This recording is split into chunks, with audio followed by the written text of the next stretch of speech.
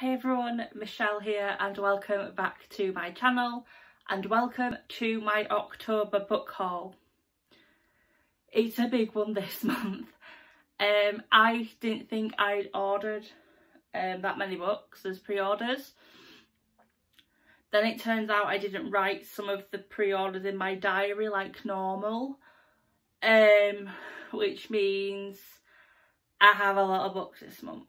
So no waffling, gonna go straight into it because yeah. So for this book haul I'm just gonna go in order of the books that as I receive them, just because it's easier for me. So the first book I got in October was 7 Lies by Elizabeth Kay. I love this cover, can I just say? I think that's really nice. So like normal, because you know by now I'm not really good at rewriting blurbs in my own way, I'm just going to read the blurbs to you and tell you what I think about it. So for the 7 Lies, it all started with one little lie. Jane and Marnie have been inseparable since they were 11 years old. They have a lot in common.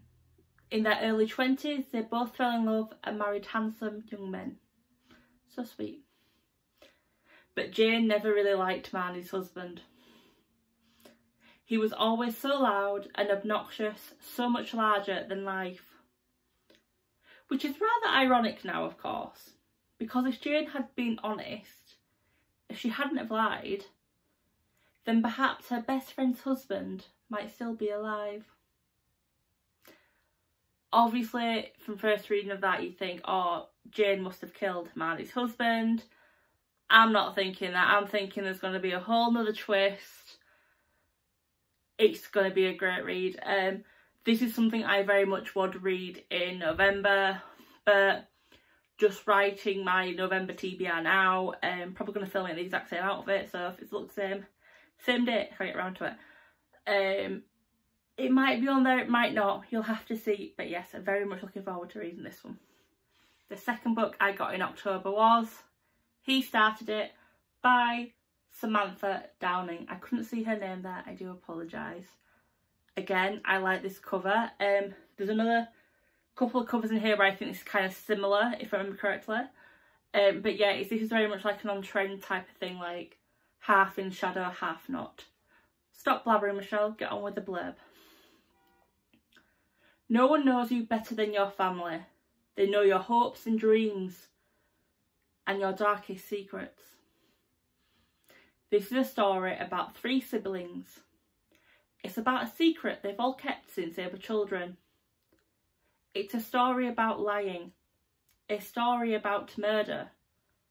A story where only one can win. Now, when I read this blurb after I'd ordered it, I ordered it after I read Sisters by Michelle Francis, and it gives me the very similar vibes about siblings. That's a trend, I think. Yeah, because I think there's a couple more books in here about siblings. So yeah, really looking forward to this. Again, it seems to be that I go for these thriller books where it's a bit of intrigue and a bit, if there's mention of siblings or family, it gets my attention. So yeah, book number 2 for October. So book number 3 is from an author who everyone loved his first book, which was The 7 Deaths of Evelyn Hardcastle. So now you know his first book, you probably know which book's number 3 on my October book haul. The Devil and the Dark Water by Stuart Turnton. I haven't read 7 Deaths of Evelyn Hardcastle, but this book really intrigued me, so if I like this one I may go back and read it. I just need to tell you, this is the Waterstones exclusive. So there it is signed. You have a nice map about the boat. That's a really bad angle. It's a beautiful naked cover, I have to say. But another thing I love, the stencils. Well, the spray at the edge, I love that, I love that. I have to say it was that kind of, when I saw it on Waterstones, it had the design up, which kind of caught my attention. And then I read the blurb and I was like, I like that. So let's get into it. It's 1634 And Samuel Pepys, the world's greatest detective, have you not heard of Sherlock Holmes, mate? I digress, is being transported from the Dutch East Indies to Amsterdam, where he is facing trial and execution for a crime he may or may not have committed, as it normally goes.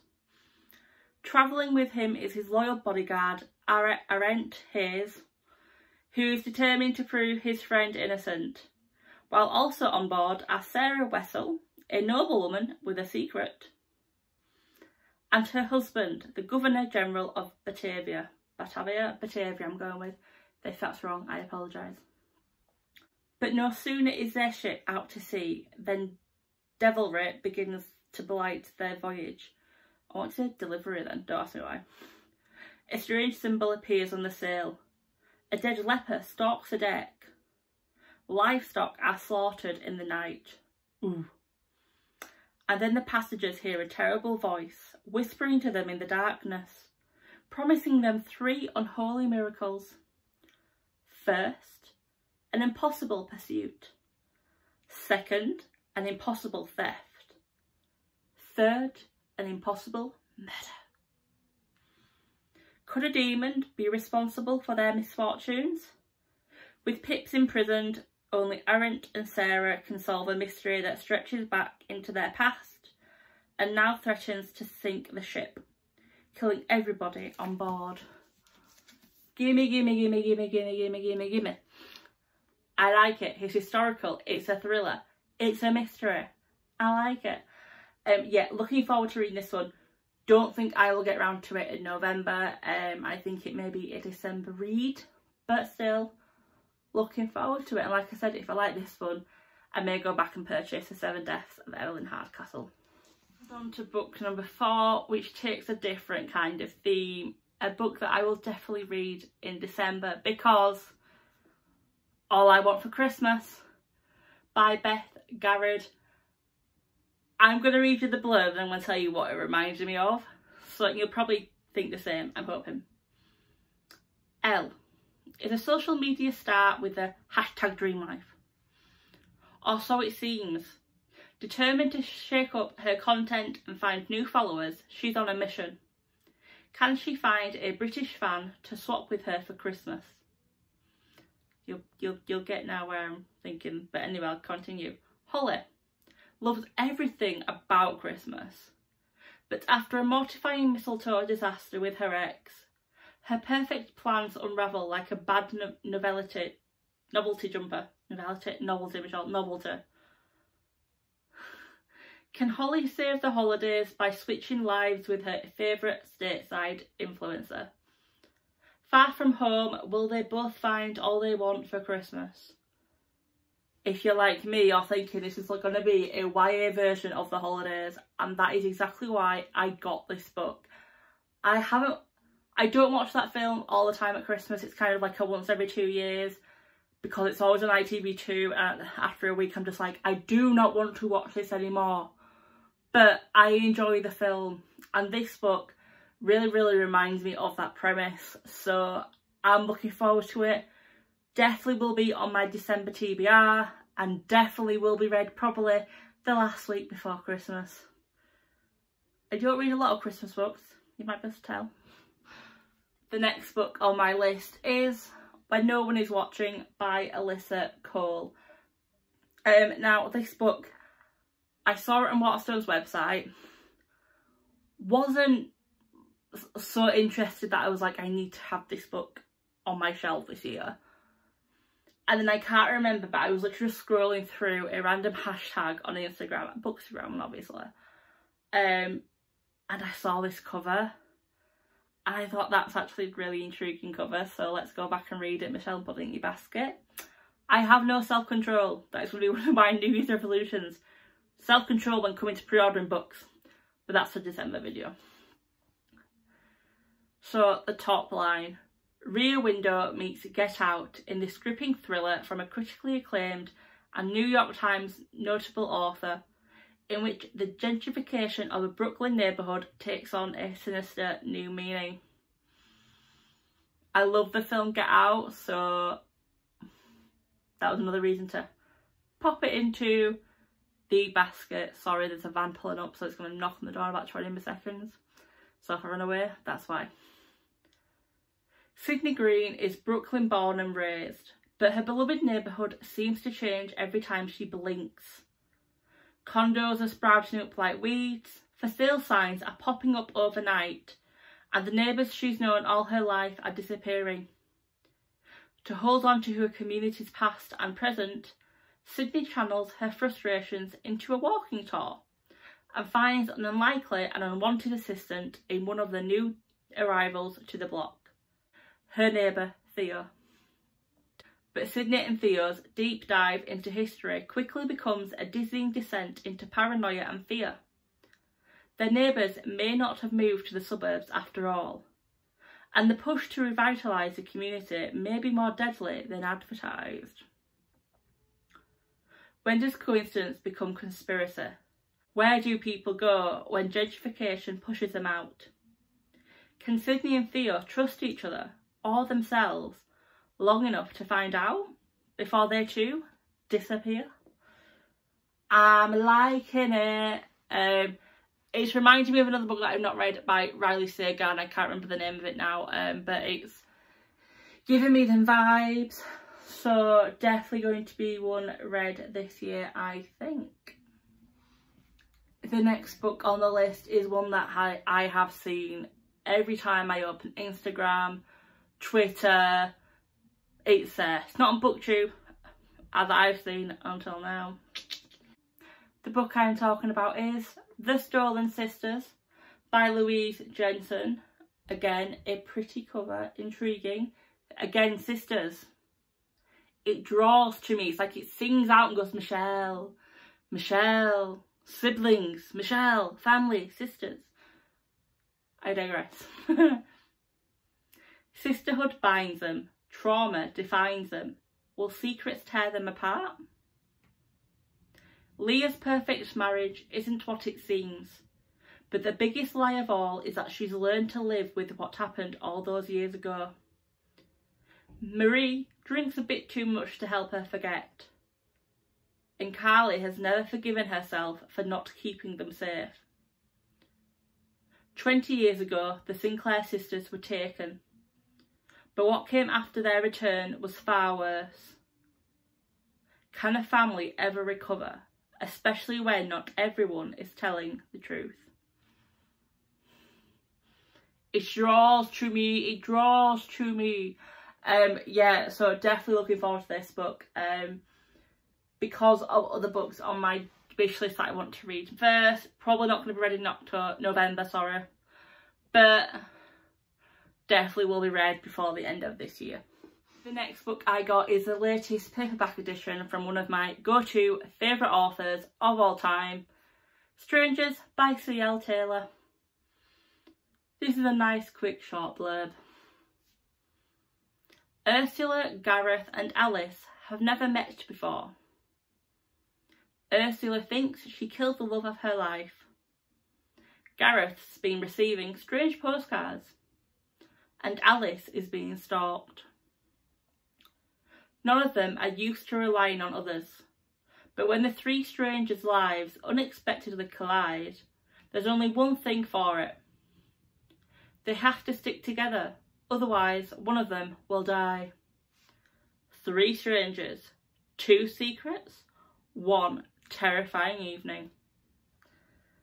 I didn't even read the blurb. When I realised this was coming out in paperback, I didn't even read the blurb. It was straight in that basket. Like I said, C.L. Taylor is one of my go-to favourite authors for thrillers and mysteries. So all she has to say is, I've got a new book coming out. It's pre-ordered. I'd love to get hardbacks because you get them quicker, but I've got the rest of her books in paperback, so I'm going to carry on that tradition, even when it kills me when other people get it first, but definitely one to be read in November. The next book I received is another of my most anticipated ones of the year. The last in a series, the last in this world that I'm aware of. If that's changed, someone tell me straight away. The Tower of Nero Book 5 in The Trials of Apollo by Rick Riordan. You might have guessed, as it's book 5, I'm not going to tell you anything about this book. I don't want to spoil it for you. If you've never read a Rick Riordan book, go start with Percy Jackson, because otherwise you won't know half the characters, half the plot of what's going on behind. Yeah, definitely will be a book on my TBR in November, and look at that cover. Well, I'll hold it like that in the sunlight. They're so nice. And that's another thing I love about Rick's books, is that the covers are always gorgeous and lovely and give you little spoilers and hints about what's to come. The next book I got in October was The Nesting by C.J. Cook. Before I tell you what it is, this is a naked cover. It doesn't cover anything else. This is it. I think this is stunning. Stunning. Love it. And while there's a little blurb on the back,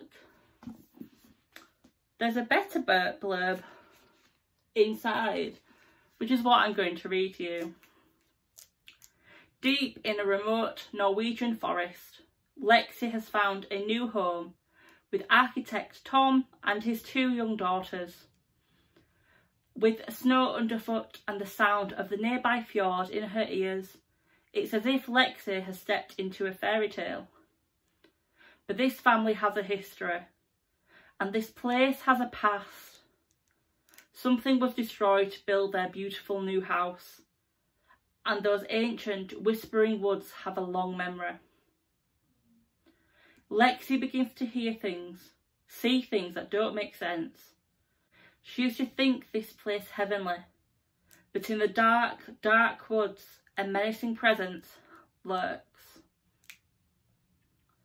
With the darkness creeping in from the outside, Lexi knows she needs to protect the children in her care.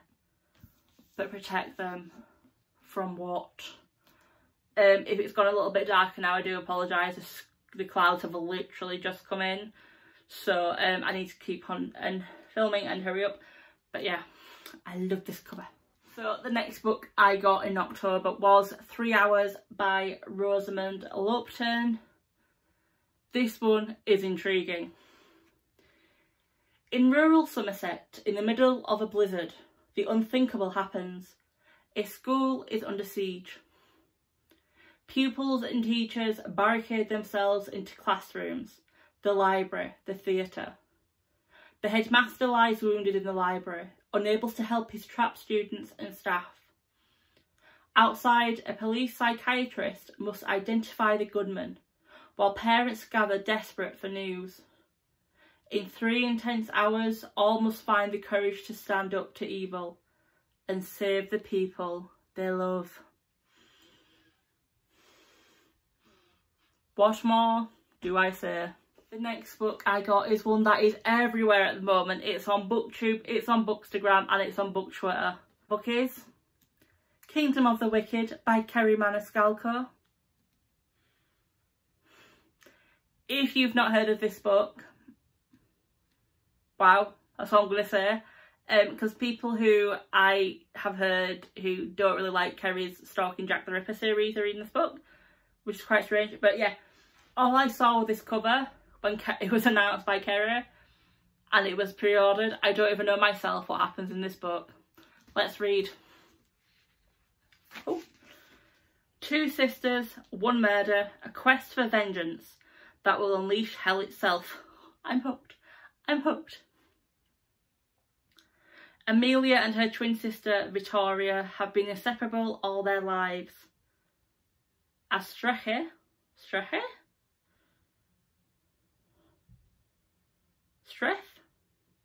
S-T-R-E-G-H-E, I'll put it down below, but I'm going to say Strefe. Witches who exist secretly among humans, they know the dangers of drawing attention and work at their family's renowned Sicilian restaurant, avoiding notice and persecution. But one night, Vittoria doesn't come home, and it's not long before a distraught Amelia discovers the body of her beloved twin, desecrated beyond belief. Devastated, Amelia vows to find her sister's killer and seek vengeance at any cost, even if it means calling upon a dark magic that has been long forbidden.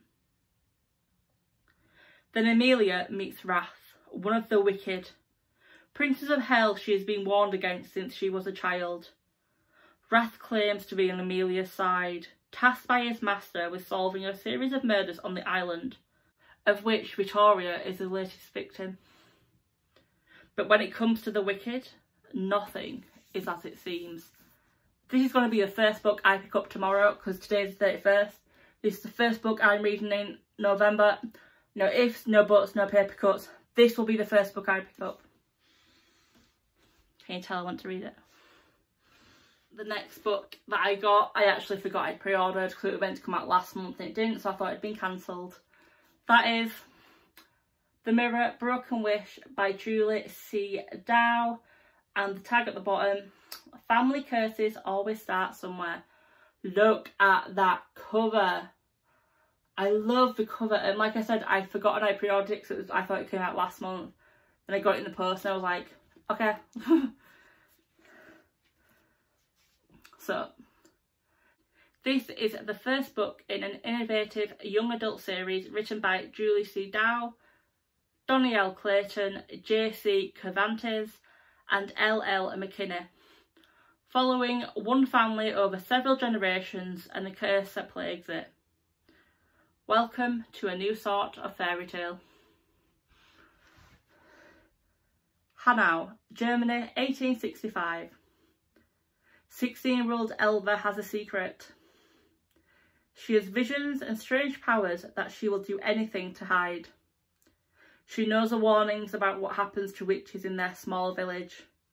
She's heard the terrible things people say about the Witch of the North Woods and the malicious hunts that follow. But when Elva accidentally witnesses a devastating vision of the future, she decides she has to do everything she can to prevent it. Tapping into her powers for the first time, Elva discovers a magical mirror and its owner, none other than the Witch of the North Woods herself. As Elva learns more about her burgeoning magic and the lines between hero and villain start to blur, she must find a way to right wrongs of the past before it's too late. I like Disney, I like fairy tales. This cover is beautiful, so yeah, definitely one I'm looking forward to reading. The second book on this list that has a half-hidden face is I Lie in Wait by Amanda Brittany. Nobody just disappears into thin air.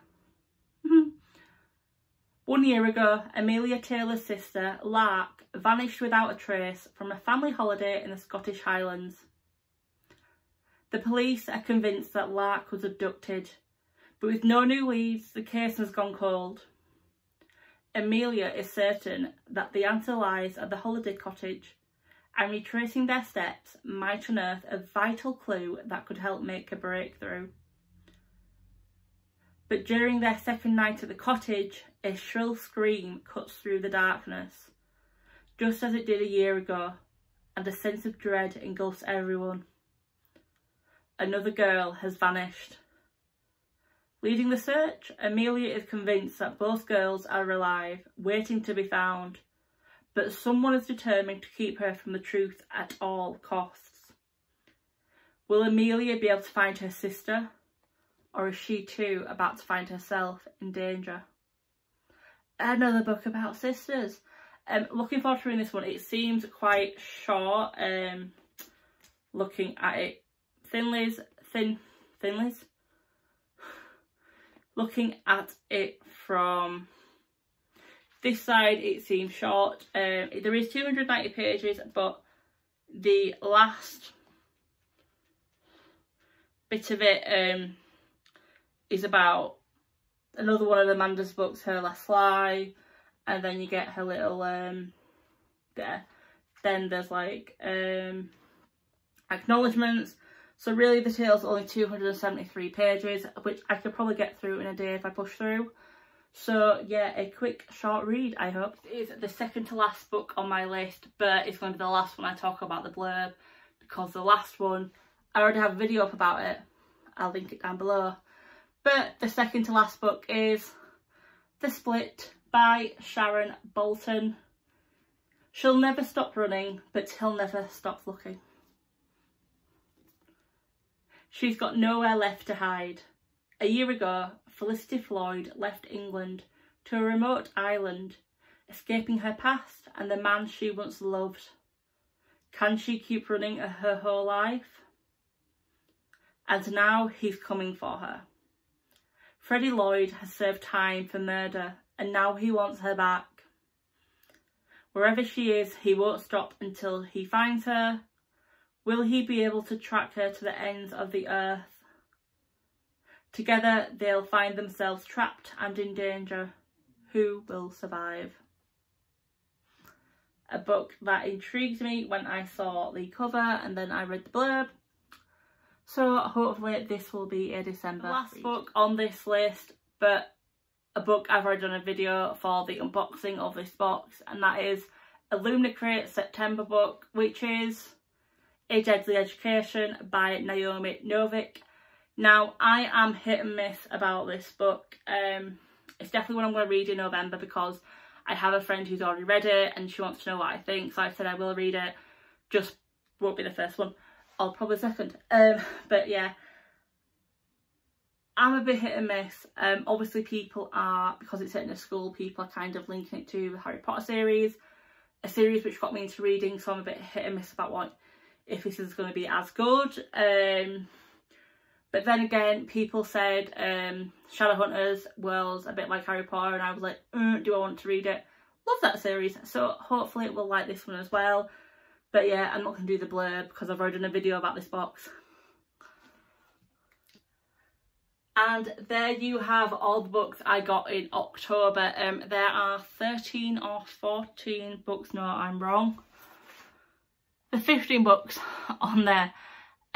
Which takes my TBR to 31, I believe. So hopefully I will clear some of them off. Like I said, some of them books will be read in November because they're highly anticipated and I want to get to them as soon as possible. If they are added on the list, you'll have to see. And I put this video up, I will either have filmed my November TBR or will be in the middle of planning it, because there is a readathon I want to join, and that is Clean Your Shelf Readathon. I will drop the link to the Twitter down below and to their video because it's really intriguing. With 31 books on my physical TBR, and before any books I get in November or December from pre-orders or for Christmas, this girl needs to clean her shelf. So I'm anticipating this readathon. I will say more about it when I do my November TBR. But yeah, there are all the books I got in for October. I hope you enjoyed this video. If you've read any of the books, let me know down below. If you think I may enjoy some books that I've not said I'm really looking forward to reading, and you think, you know what, Michelle, you may like this book a lot more than you're thinking right now, again, comment down below. If you like this video, give it a thumbs up. If you're new to my channel, please subscribe. I have other videos. And until next time, bye guys.